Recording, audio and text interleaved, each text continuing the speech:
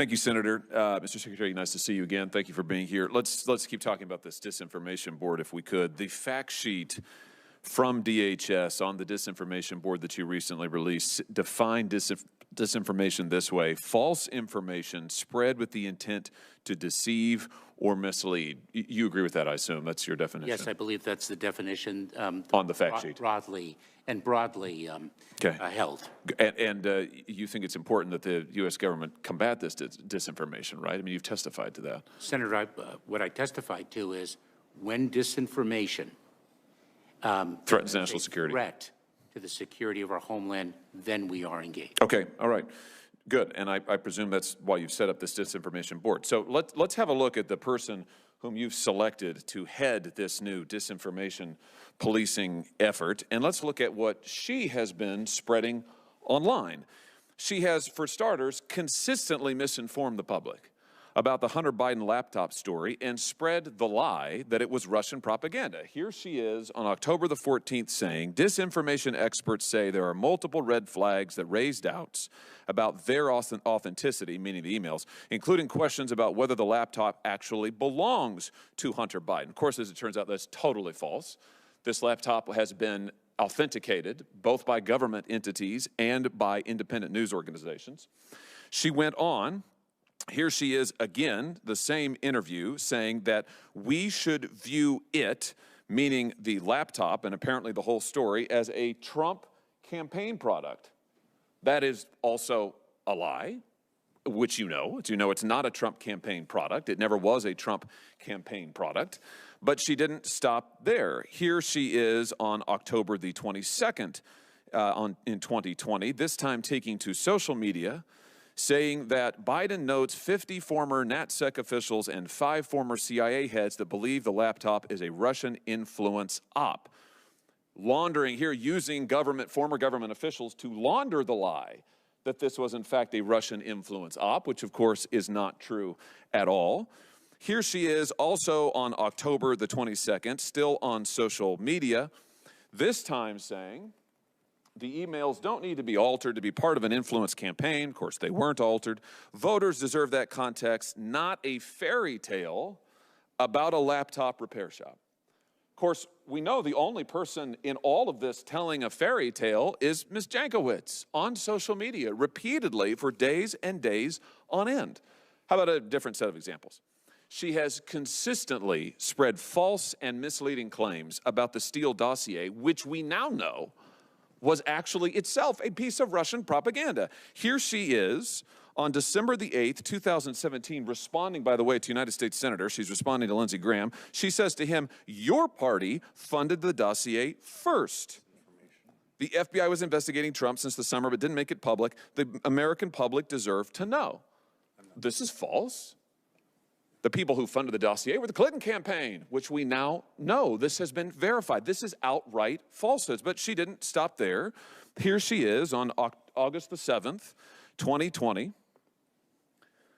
promoting Christopher Steele, the stooge who helped launder Russian propaganda, including lying to the FBI about it. Here she is lauding him as a trustworthy and legitimate source. Classic disinformation. She says she listened to this last night. Chris Steele, yes, that Chris Steele, providing great historical context about the evolution of disinformation. At every turn, Mr. Secretary, she has used social media and the public to launder propaganda herself. She's also advocated for law enforcement to be involved in policing speech online.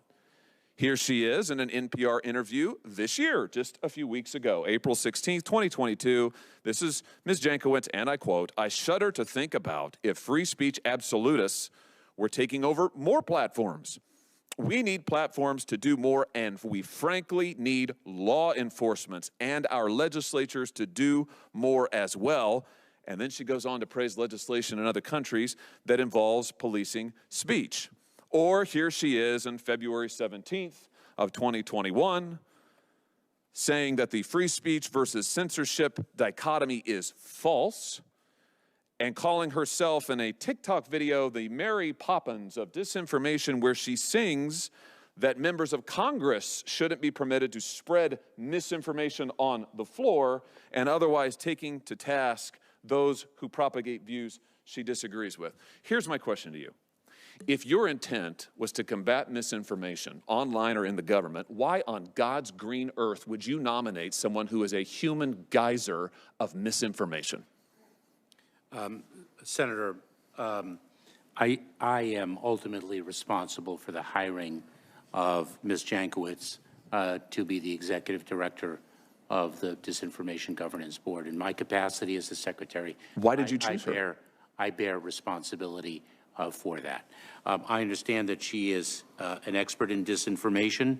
Yes, indeed, spreading it. And she will have an obligation to execute her responsibilities in a nonpartisan way. Were you aware of these? Were you aware of this information when you chose her? Everything I've just shown you? I was not.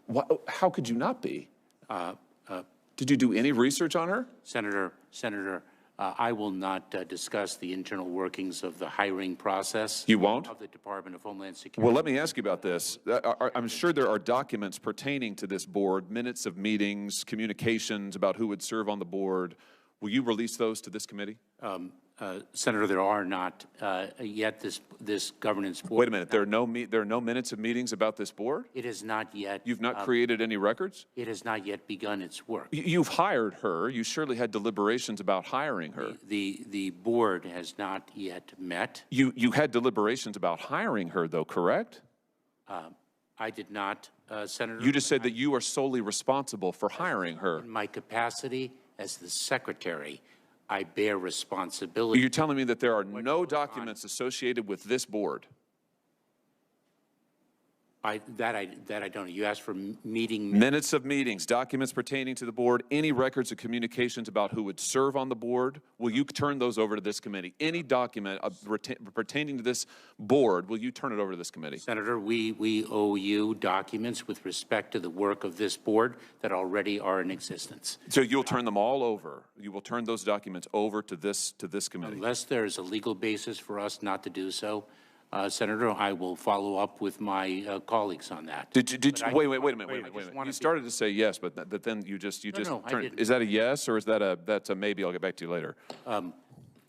Senator, I owe openness and transparency with this committee, and we will produce the documents that you have requested unless there's a legal prohibition from us doing so. Unless there's Thank you. Thank you. If I could just conclude, Mr. Chairman, here's the last thing I'll say on this, Mr. Secretary. We have 2 million unauthorized migrants who crossed the border last year during the calendar year. We have 245,390 illegal crossings just this year in the Rio Grande Valley.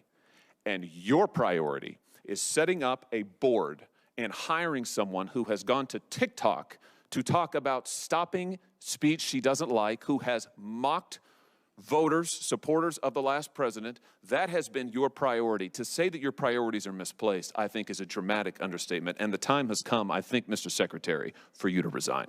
Thank you, Mr. Chairman.